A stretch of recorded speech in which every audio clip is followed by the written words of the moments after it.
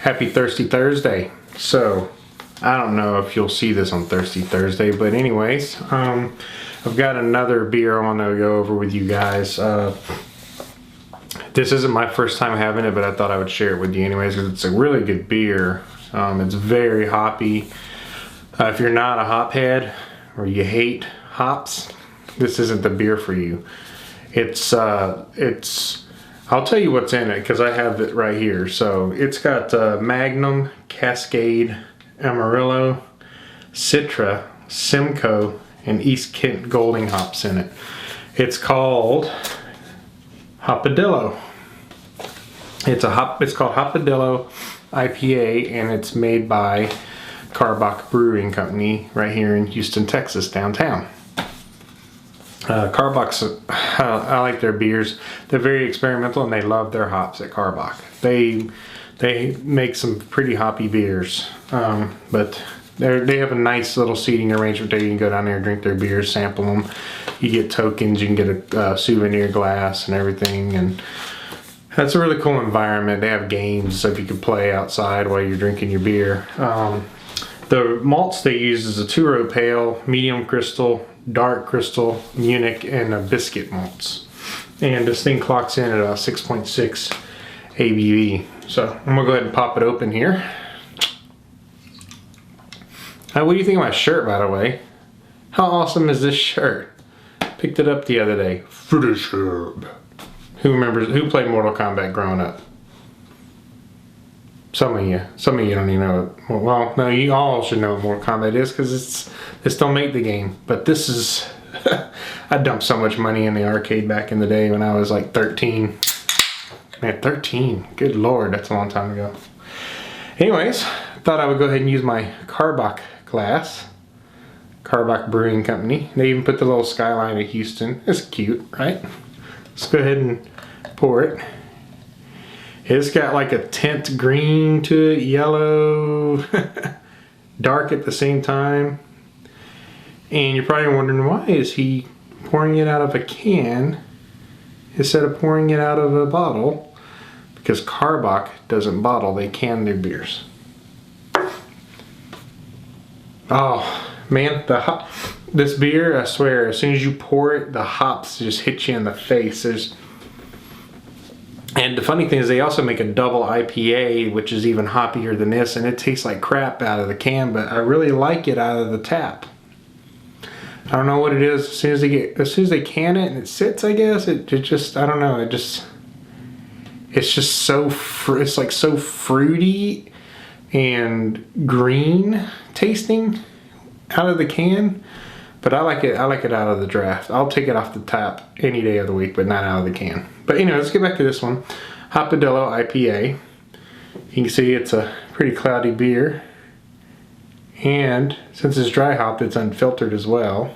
But this is actually one of my favorite IPAs. And yeah, I may even ship some out to some folks here soon. Speaking of, I got my P.O. box set up, so I'll be giving that out to those.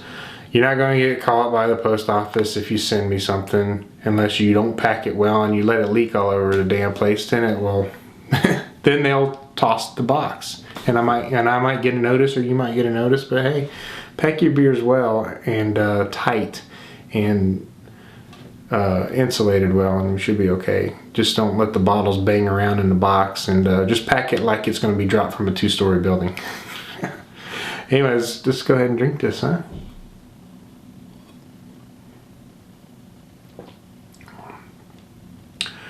Man, this is such a good IPA, guys. It is so good.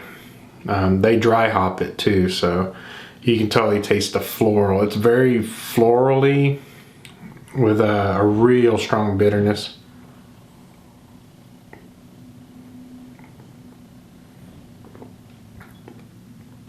You just let it sit in your mouth on your tongue. The hop oils, you can just like taste them. It's so good though. But yeah, man, thought I would share the Hopadillo with you. I wanted one anyways, and work has been hell lately. We're so busy. My brain is tired all the time now. I used to have a job where I worked outdoors and just was beat up by the Texas heat. Now I have an indoor job sitting at a desk, and I used to come home physically tired. Now I come home just brain tired. And I wanted to do a video yesterday, but I was just so tired. I just didn't want to. I wanted to at least give you some of my best. Oh yeah, by the way, the Grainfather brew, the Blue Moon clone, is still fermenting away. And I tell you what, that yeast is. Oh, if you make that beer and you use the yeast I use, that Bavarian Weizen yeast, it smells like a sack of asses. I've got it in my closet, and every time you open that closet, even through my Cool Brewing fermenter bag with the ice bottles and everything, it just smells like rhino farts. I hate using those. I know a lot of Belgian yeasts do that, especially the liquid ones. They tend to put out this funky fart smell, sulfur smell. But they put out some. They do. The beers do finish well though. They come out real nice and crisp and clean, and just like a lager yeast. I mean, lager yeast. Those beers come out so clean most of the time. But anyways, I'm gonna be racking it here for too long. I know. Some people are like, "Don't rack your beer. You don't need to rack your beer." I like to rack my beer, and I have yet to get a single infection on any of them.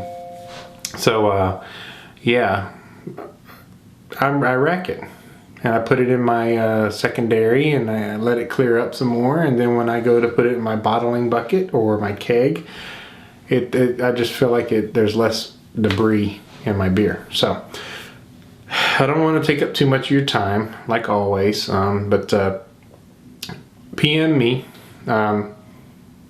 if you're thinking about sending anything to me. PM me first so I can give you my information, and I'll be sending some stuff out here soon too. And new subscribers, thank you so much for subscribing. I know some of you guys are big barbecue enthusiasts, and you're like, where are all the other barbecue videos? But they're coming. Barbecue videos are coming, don't worry. I like a little bit of both, barbecue and beer. And hey, when they're together, they're awesome. So, cheers. Happy Thirsty Thursday once again. And we'll see you soon.